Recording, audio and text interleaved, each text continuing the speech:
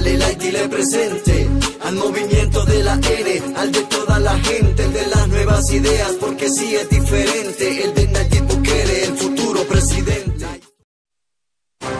Lideramos el camino de la opinión pública y buscamos que la cultura del debate alcance consensos y soluciones a los problemas de nuestro país.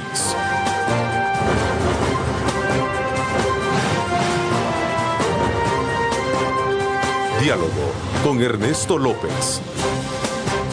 Hola, ¿qué tal? ¿Cómo están? Qué placer enorme saludarles a ustedes en esta cálida mañana de martes 27 de marzo de 2018. La naturaleza siempre premiando a todos los seres humanos. El despertar, el madrugar, esta mañana nos encontramos con un precioso sol muy anaranjado.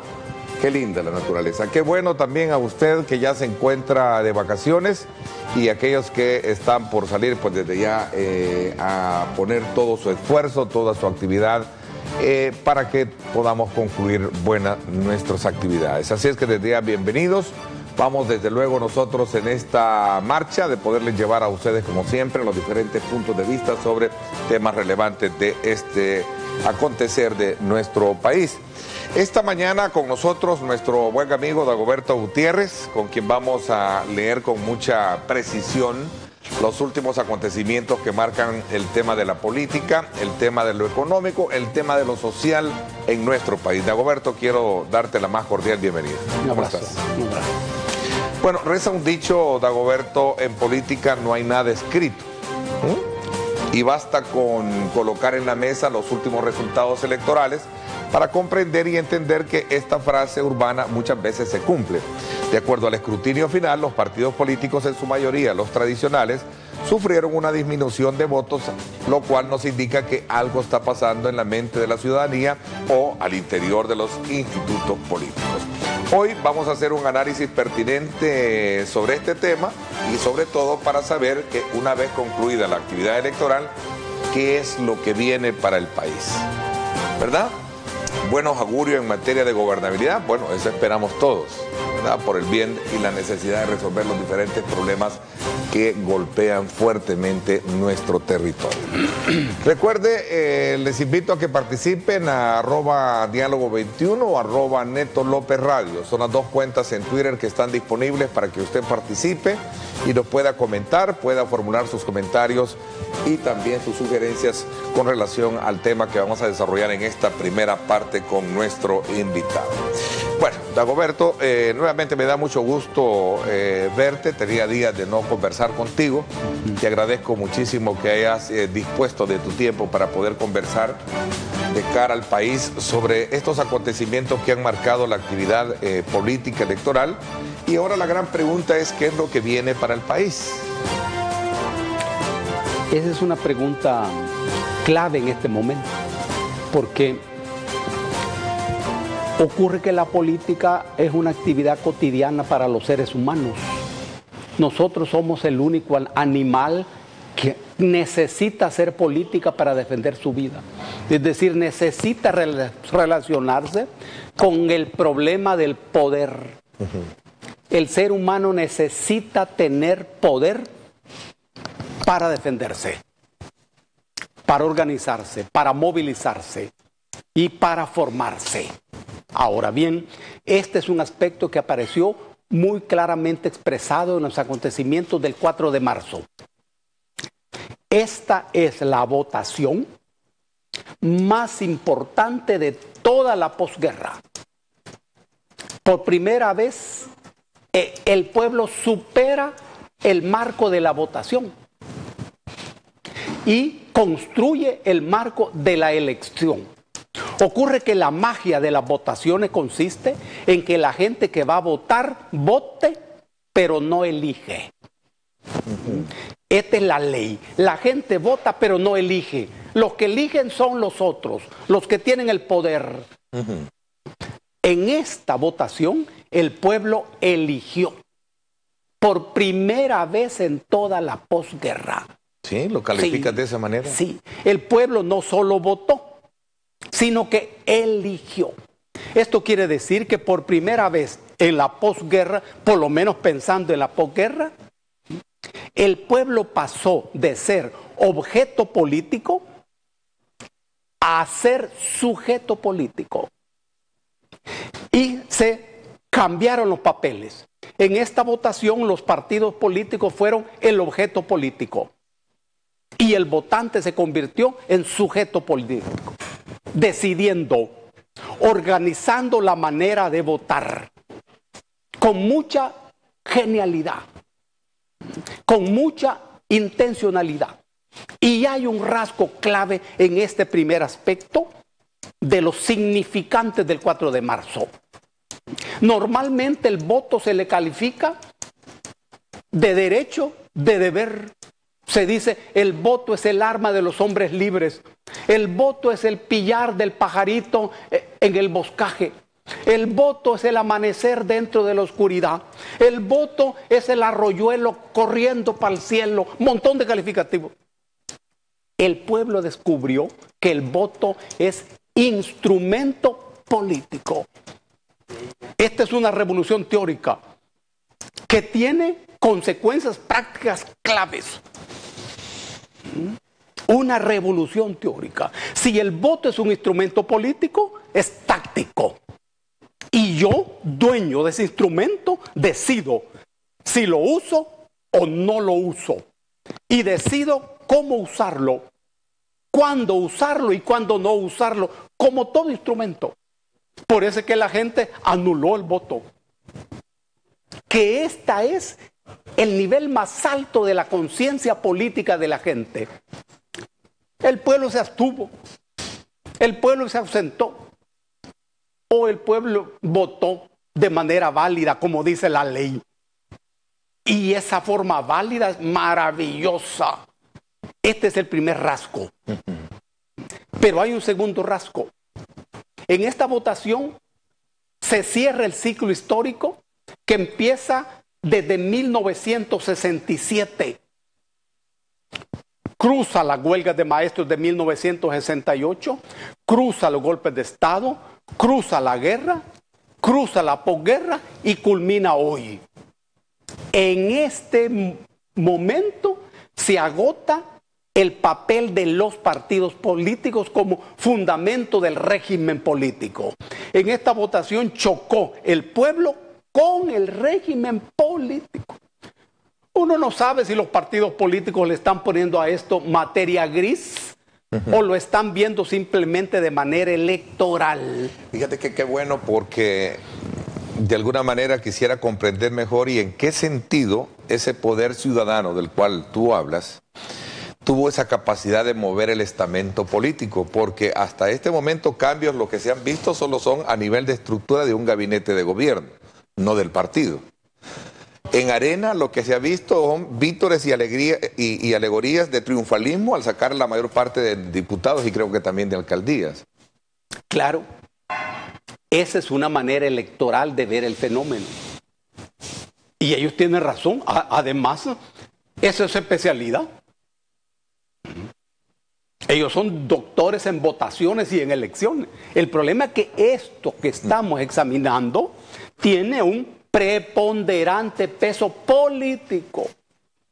Y no tiene que ver con los cargos en las asambleas ni en las alcaldías. No. Tiene que ver con el poder. Y aquí no estamos hablando de ciudadanos. No, ese es un invento del Estado. Estamos hablando del pueblo. Es decir, del sujeto político. Por primera vez, y este es otro aspecto, se rompe la influencia ideológica del régimen político expresado en los partidos políticos, en el mercado, en las grandes empresas, llamando al pueblo a votar a toda costa. Ocurre que el pueblo no necesita votar. Es el Estado el que necesita que el pueblo vote. Ve la cosa. Esta verdad, siendo verdad, no es sin embargo evidente. No. Es ideología. Es ideología. Y El Estado necesita que el pueblo vote para dos grandes cosas. Primero, para legitimar y legalizar la política del Estado, sea cual sea la política del Estado, sea lo antipopular que sea. El voto de la gente legitima y legaliza eso. Pero en segundo lugar, el Estado necesita que la gente vote para remozar el aparato de Estado. Este remozamiento opera cada 3 años. La clave es la Asamblea Legislativa. De ahí emana, así como dice la Constitución, emana una serie de aparatos. El momento en que el pueblo no vote, toda esa aparatura se paraliza. Se paraliza. Es decir, el poder de la gente expresado en la forma como la gente entiende el voto. Hoy en esta votación se expresó eso. Mira, esta extracámara, tú me decías, Dagoberto, los partidos políticos en su mayoría perdieron y no se han dado cuenta algunos de ellos. Claro, uno sabe que en el mundo de los partidos políticos hay gente muy lista, muy hábil para esa cosa de las votaciones. Poneme el ejemplo y de las campañas. Sí. Pero en esta coyuntura se requiere inteligencia.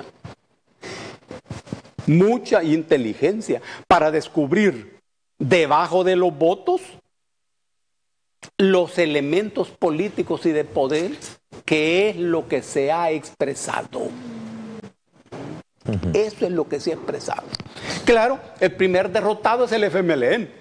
Sí, pero es el orden político. Entonces hay un escenario como vacío. En el seno de las clases dominantes hay también un vacío. Mira qué drama. Hay un vacío. En el sentido de que no hay una fracción dominante que imponga a los otros. Eso desapareció cuando los cafetaleros dejaron de ser el bloque dominante. Hace como 40 años quizás.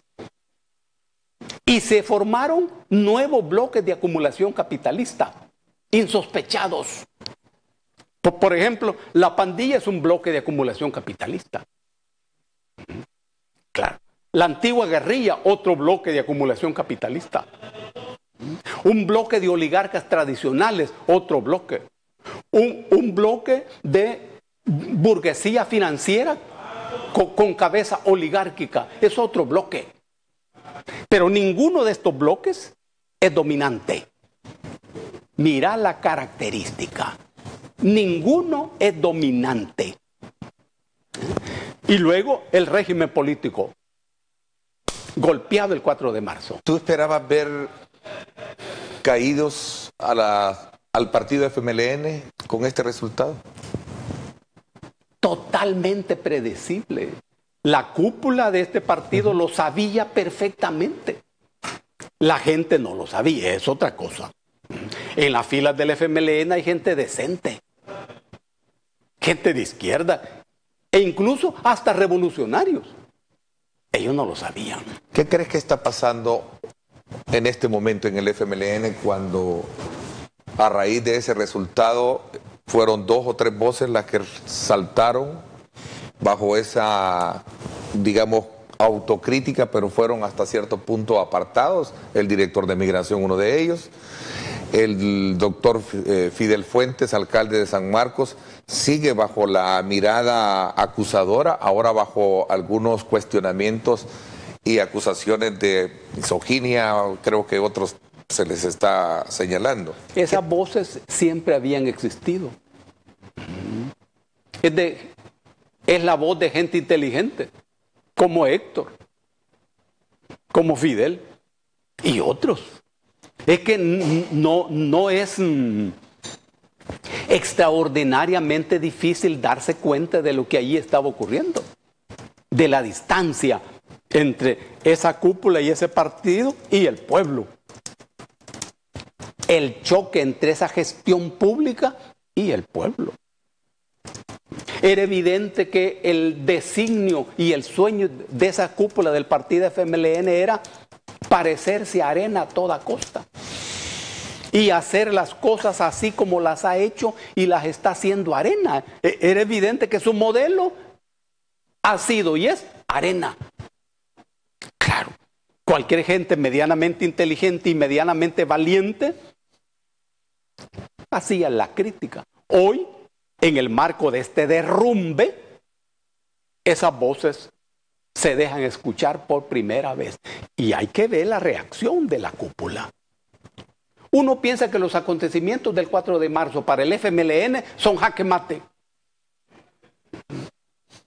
Y es porque allí no hay partido. Eso ha desaparecido. Y hay una cúpula.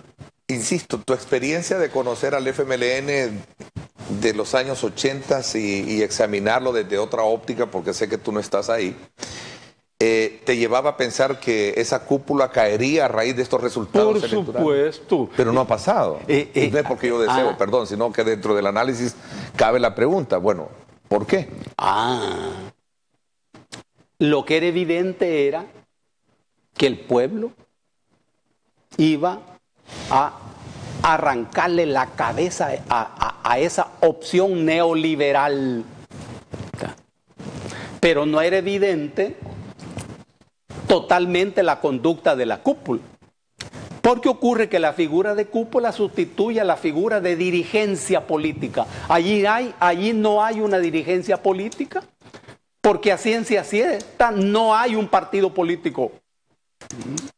Hay una empresa partidaria que tiene dueño. Cuando uno habla de cúpula, está hablando de los dueños del negocio de la política. Esos dueños no son dirigentes políticos, porque el dirigente político está vinculado a su organización política. Escucha, dialoga, discute. Asegura que ese movimiento, ese partido tenga una vida interna. La política es un nivel muy alto de la inteligencia del ser humano. Hacer política es el nivel más alto. Ahora, nada de esto ocurre allí. Por eso es que la cúpula, contra viento y marea, se mantiene. Y la cúpula intenta volarle la cabeza a toda voz crítica. Así hicieron con Héctor. No es remoto que hagan eso con Fidel. ¿Será la misma historia con Es que es la misma historia porque es la misma cúpula.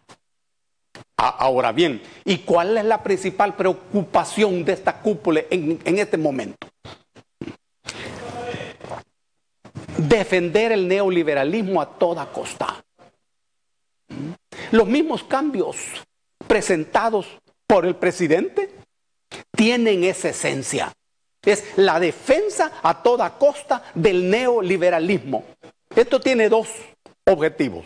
Uno, el pacto con Arena.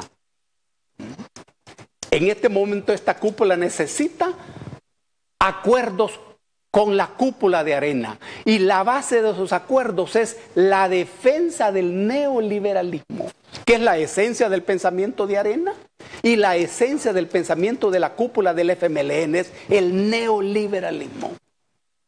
Pero no parece ser esa la posición de la militancia de ese partido.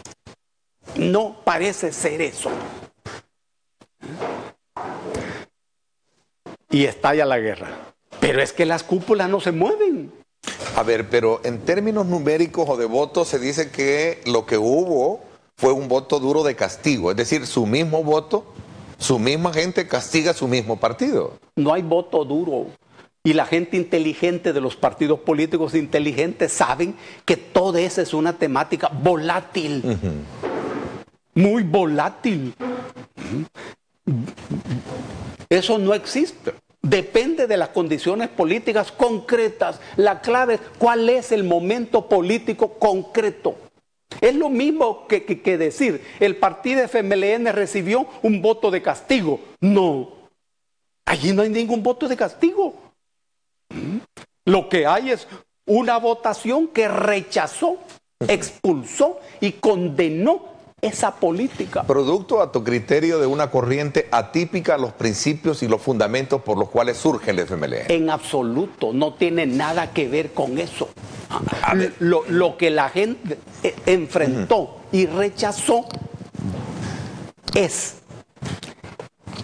el paquete político construido en el país en el momento en que termina la guerra civil. En ese momento, una parte de los mandos guerrilleros y una parte de la oligarquía, la parte más inteligente de la oligarquía, pactan un proyecto político. Convierten a la antigua guerrilla en partido político. Y le ponen el nombre de FMLN. El FMLN había muerto ya. El FMLN murió durante las negociaciones. Y durante las negociaciones termina la guerra civil. Nosotros no se lo dijimos a nadie. Ni se lo dijimos cuando murió el FMLN. Pero esta oligarquía organiza un partido y nos dice, póngale nombre. En ese diseño, Arena y el naciente partido FMLN funcionaran como la viga maestra de ese proyecto. La viga maestra. Ese proyecto se comprometió a aplicar el neoliberalismo brutal, total, ortodoxo que funciona en el país, que generó la guerra social actual. Muy bien. ¿Cuánto duró eso? 30 años. Ya en 1983, en el artículo 85 de esa Constitución, a los partidos políticos se les entregó constitucionalmente, no solo legalmente, el control del aparato del Estado. El sistema político es pluralista y se expresa a través de los partidos políticos, que son el único instrumento para el ejercicio de la representación del pueblo dentro del gobierno. Punto. Este es el texto. A ver, entonces tú, voy a hacer una pausa comercial, predices entonces que para Fidel Fuentes le viene la misma medicina que le pasó a Héctor Rodríguez. Es muy difícil en estos tiempos predecir algo. Lo necesario es someter a juicio los acontecimientos, es decir, los hechos que tienen relevancia política. Sí, difícil predecir, pero es que la cúpula es la cúpula. Y la cúpula son los dueños del negocio. Y ellos no pueden discutir, no es que no quieran, no es que no lo necesiten. ¿Y quién alza la voz en defensa, o quién debería alzar la voz en defensa de aquellos que en algún momento elevan su voz para poder hacer críticas como la que hizo en este caso él? Bueno, gracias nuevamente por estar con nosotros.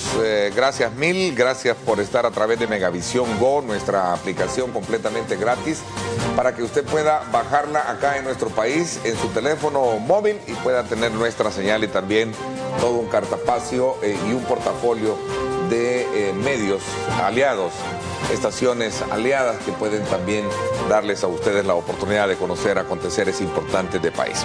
A ver, continuamos con Dagoberto Gutiérrez haciendo un análisis del resultado electoral, los partidos políticos per se. Ya vamos a hablar también del resto de partidos, pero quisiera un poco ir concluyendo en tu lectura, particularmente en el tema del FMLN y de alguna manera esta situación que está pasando hoy en día.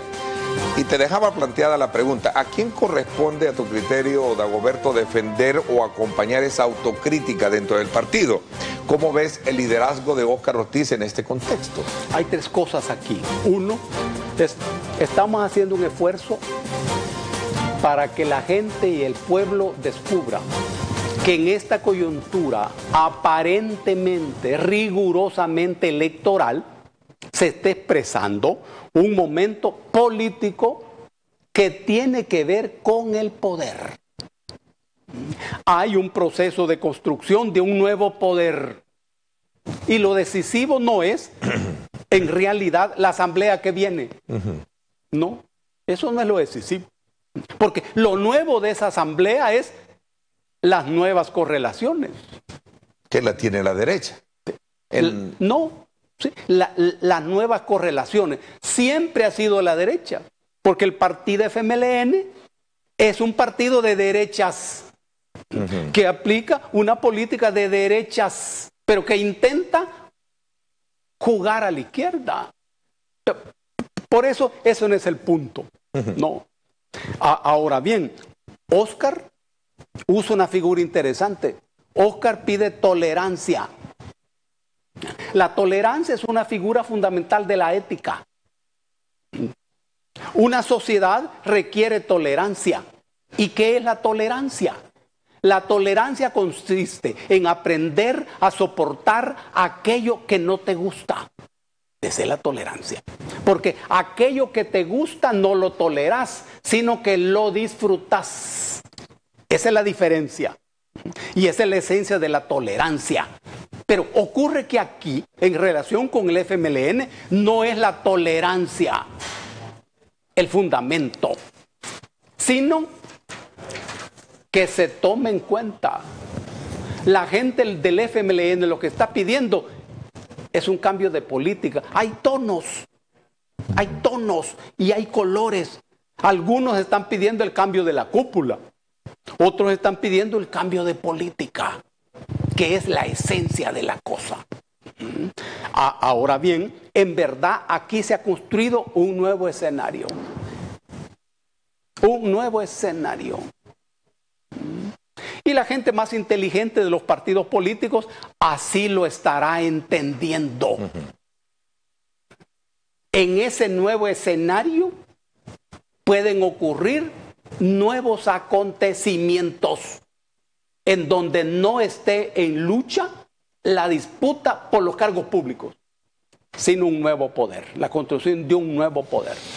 Una nueva corriente de partido a través de movimientos como el que expresa Nayib Bukele, que por cierto en las redes sociales hay quienes te ven como un promotor de ese movimiento de nuevas ideas. ¿Es cierto o es falso? No, en realidad no estoy hablando de un nuevo partido político, no, estoy hablando de un nuevo poder. Pero el poder te lleva a través de un partido político, no necesariamente. No, hombre. A ver, cuéntame un poco. El poder es otra cosa. El poder es otra cosa. Aquí estamos hablando de un escenario en donde el pueblo asume su calidad de sujeto político. 2, donde el pueblo construye un nuevo proyecto de país. Nuevo proyecto de país, no solo un nuevo proyecto de gobierno, no, sino de país. El pueblo organiza nuevas fuerzas surgidas de abajo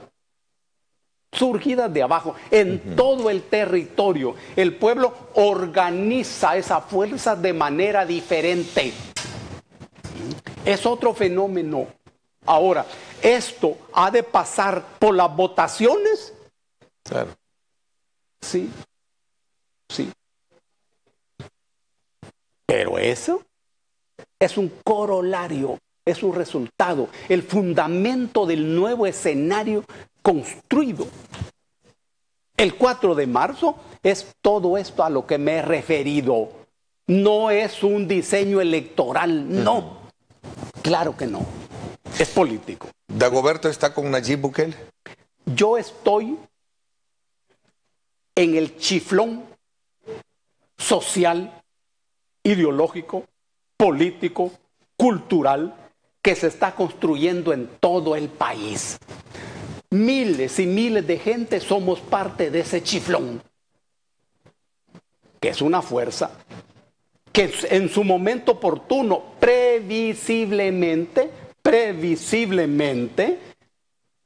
constituirá una fuerza que va con seguridad a jugar en ese juego, con esas reglas del juego, pero con otro juego. Juego. Pero eso podría considerarse que va en consonancia de lo que está surgiendo ahora con este movimiento. ¿Qué piensas entonces de este movimiento de Nayib Bukele? Es un movimiento que preocupa mucho a los poderosos. Preocupa mucho a los oligarcas. preocupa mucho a los bancos de pensamiento intelectual, preocupa mucho a los bloques empresariales y preocupa mucho a los partidos con cúpulas poco pensantes, pero entusiasma mucho a la gente en todo el país.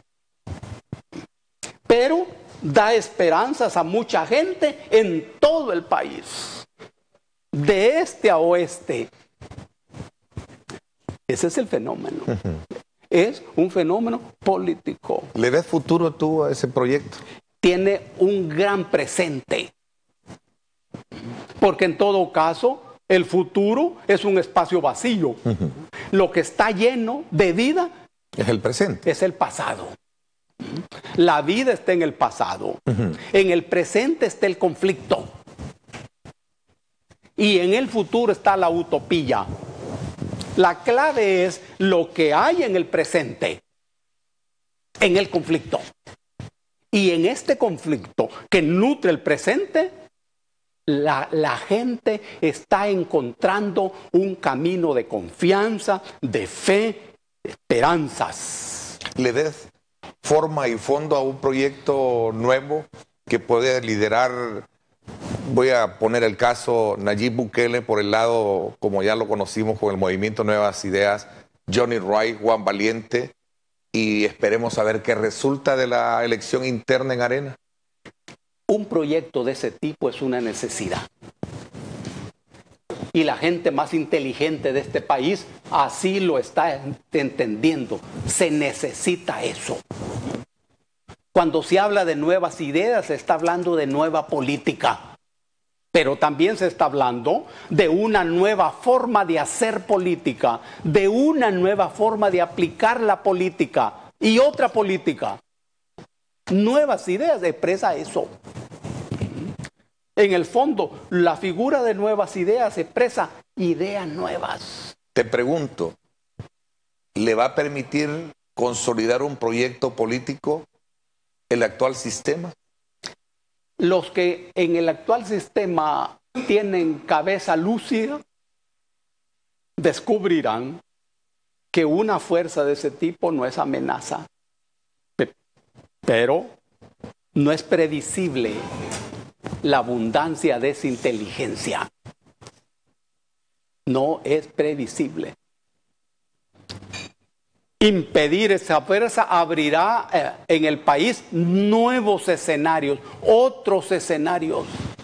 Porque por primera vez, desde 1967 y desde la década del 70 con la Unión Nacional Opositora, el pueblo se organiza de la manera en que lo está haciendo en este momento. Perdona un poco mi insistencia, Dagoberto, ¿simpatizas con el proyecto de Nayib Bukele?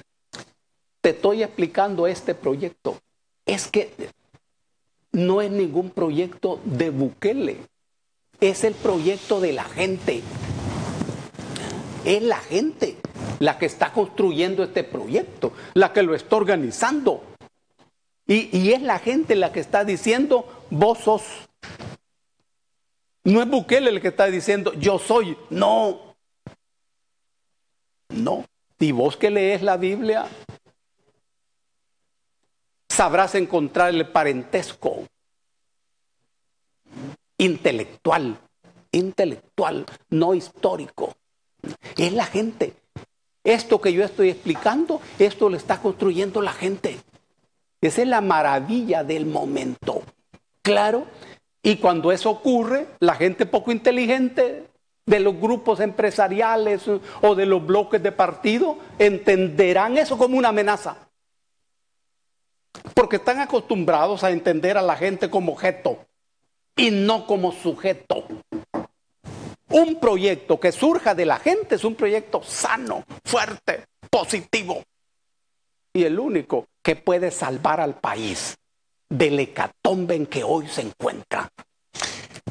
¿Qué puedes leer de lo que está pasando y puede pasar una vez concluido el proceso de elección interna en Arena? Vámonos al otro extremo. Arena está moviéndose en un terreno pantanoso de ciénagas y conflictos. ¿quién va a ganar? ¿El Carlitos o el Javier? ¿Quién le conviene más a Arena? El problema es que esta no es una pregunta viable. La pregunta viable es ¿quién le conviene más a la cúpula de Arena? Javier es un industrial, con toda la filosofía propia de un industrial. El Carlitos es comerciante, digamos. El Carlitos es comerciante. ¿Cuál es la filosofía que puede nutrir más a un partido como Arena? Eso no está decidido.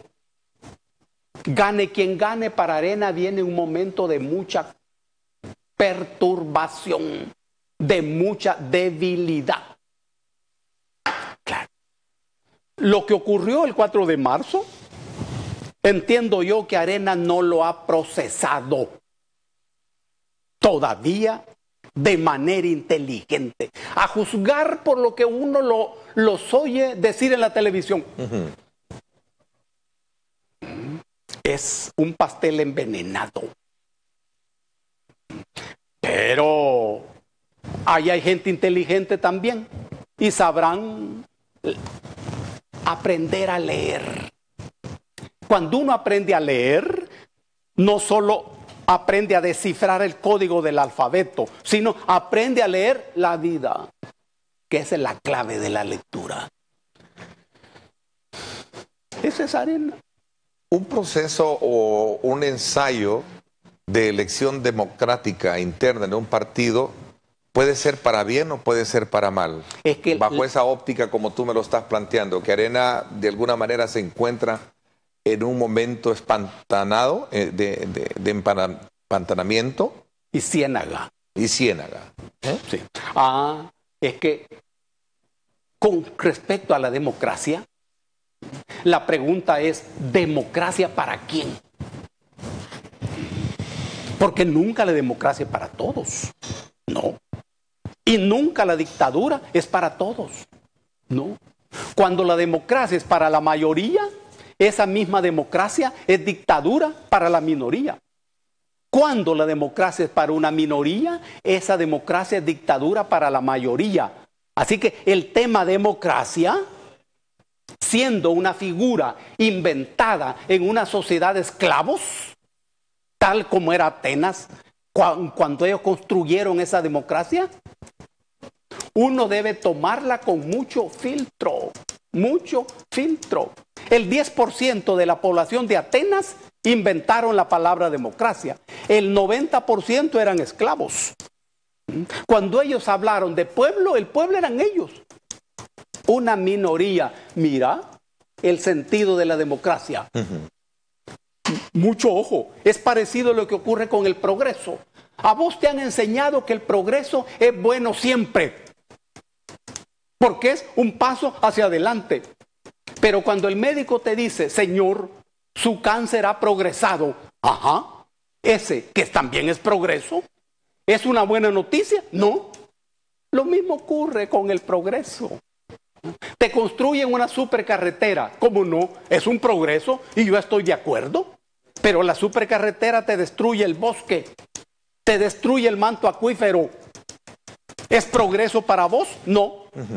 Pero sí es progreso para la empresa que construye la carretera. Entonces predices que Arena no saldrá tan bien fortalecida con este proceso al tener tres grandes competidores, por decirte así, para no excluir al tercero. Yo diría que Arena no ha salido fortalecido. Y no se ha dado cuenta, me dijiste. Temo que no se hayan dado cuenta. Por encima de la gente pensante que ha de tener a Arena. No fue Arena quien ganó la elección. No, fue el PCN. Que es un extraordinario sujeto del régimen político. Sí, fue el PCN. Ve, pero ¿entiende eso Arena? Y se requiere una exuberante materia gris para entender eso. Quizás no, pero se necesita sensibilidad ante los hechos. Hoy Arena necesita del FMLN. y el FMLN necesita de Arena. La cúpula. Pero los militantes del FMLN que están en el aparato de gobierno tienen otras necesidades frente a Arena. Arena es amenaza para ellos. Ve la cosa. A ver, vayámonos al otro extremo nuevamente. Vámonos ahora al FMLN. ¿Qué puedes tú ver con el tema de las elecciones internas en el FMLN? Óscar Ortiz se retira y se queda hasta ahora solo Gerson Martínez. Es que el FMLN no es el extremo de Arena. El FMLN no es el extremo de Arena. ¿Son parecidos entonces a tu? Estamos hablando de derechas. ¿Sigues? Es que esto es parte de la esencia de la inteligencia política. Yo soy lo que hago. Yo no soy lo que digo que soy, sino soy lo que hago. ¿Cuál es la esencia del gobierno del FMLN? El neoliberalismo. ¿Y cuál es la esencia de Arena? El neoliberalismo. Claro. Esto es importante para toda la sociedad, para toda la gente. Vos calificá al otro a partir de lo que hace, no de lo que dice que es. Son muy previsiblemente más neoliberales que Arena. Entonces no es el otro extremo. Para nada. Ese juego de que uno es la izquierda y el otro la derecha es el juego. Justamente el juego. ¿Tú ves más líderes dentro del FMLN para competir en una candidatura presidencial? Es que se trata de empresas en donde no hay líderes. Líder es el que expresa la psicología de una parte de la sociedad. Es el líder. La psicología. El líder es el propietario de lo que se llama inteligencia emocional. El líder no necesita ni saber leer y escribir. Y uno sabe de eso porque al estar en contacto con la gente de las comunidades, ahí descubre uno los líderes. Alguien no sabe leer y escribir. No es necesario para el líder. A ver, te hago la reflexión porque Gerson Martínez en algún momento se considera que es la principal y casi ungida candidatura dentro del partido. Óscar obviamente renuncia después de esta debacle que ha tenido en términos de votos el partido y ahora resulta de que la gran pregunta es ¿quién más puede competir por Gerson? Gerson decía, no acepto ser candidato único. Mira, Gercito, cuando vos apareciste como candidato de la cúpula y aceptaste ser candidato de la cúpula, estabas en una peor situación. Ahora bien, pero cuando esa cúpula pierde desastrosamente las votaciones, te pusiste en una situación más que peor, más que desastrosa. Esta es la verdad, Gercito. Vos no hiciste bien tus cálculos, muchacho. Y vos te equivocaste. Vos sos inteligente. Nos conocemos. De la guerra, de la clandestinidad. Vos te equivocaste. Ahora bien, en cuanto a Óscar, ¿y vos crees, Gercito, que Óscar se va a echar ese paquete de ser candidato en una votación en donde van a ser arrasados? No, hombre. Claro que no. Vos tenés que buscar a alguien que se haga cargo. ¿Sabes quién es el que tiene que asumir eso, Gercito? Medardo. Te lo estoy diciendo aquí porque esta es una plática muy privada. El único peligro es que este Ernesto ande contando. ¿Sí? Pero aparte de eso, no. Que sea Medardo. Óscar ya no. En este momento Óscar es el presidente de la República. Eso lo sabemos todos. No solo porque Salvador está en su tratamiento, sino que es Óscar. ¿No ves la capacidad de reinventarse al partido en lo que resta de un tiempo para lo que vienen las elecciones? Es que eso de reinventarse es una figura de marketing. Lo digo asumiendo el papel del ausente para de alguna manera creer de que todo está perdido. No, hombre, el golpe para el FMLN es jaque mate. Jaque mate. Sí. Son palabras mayores las que me estás hablando. Claro, claro. Es que estamos pensando inteligentemente, porque el pueblo salvadoreño es un pueblo inteligente, hombre. Hay que ver cómo votaron el 4 de marzo. Con la sabiduría que lo hicieron. Jaque mate. La cúpula del FMLN lo sabe muy bien. Los militantes más inteligentes lo saben muy bien. ¿Y por qué jaque mate? Porque el FMLN no es partido político. Es una maquinaria electoral. Maquinaria electoral. He estado en una constante actividad de estarlos invitando a la dirigencia, a la cúpula del partido, para que me acompañen y hagamos un análisis también sobre este tema. Espero que más adelante así sea. Dagoberto, el tiempo se me fue. Quiero agradecerte el que hayas dispuesto de este espacio para poder dialogar, analizar estos escenarios que se describen una vez concluido el proceso electoral. Gracias por haberme acompañado. Uno no sabe si el tiempo se le va a uno o uno se ve en el tiempo. Hagamos un programa sobre el tiempo. Magnífico. Para rendir homenaje a Stephen Hawking, sí, que nos enseñó mucho sobre el tiempo. Aprovecho para recomendar el libro de Stephen Hawking. Se llama Breve Estudio sobre el Tiempo. Interesante, muy buen punto. Gracias, Dagoberto. Me voy a una pausa. Gracias a usted por estar con nosotros.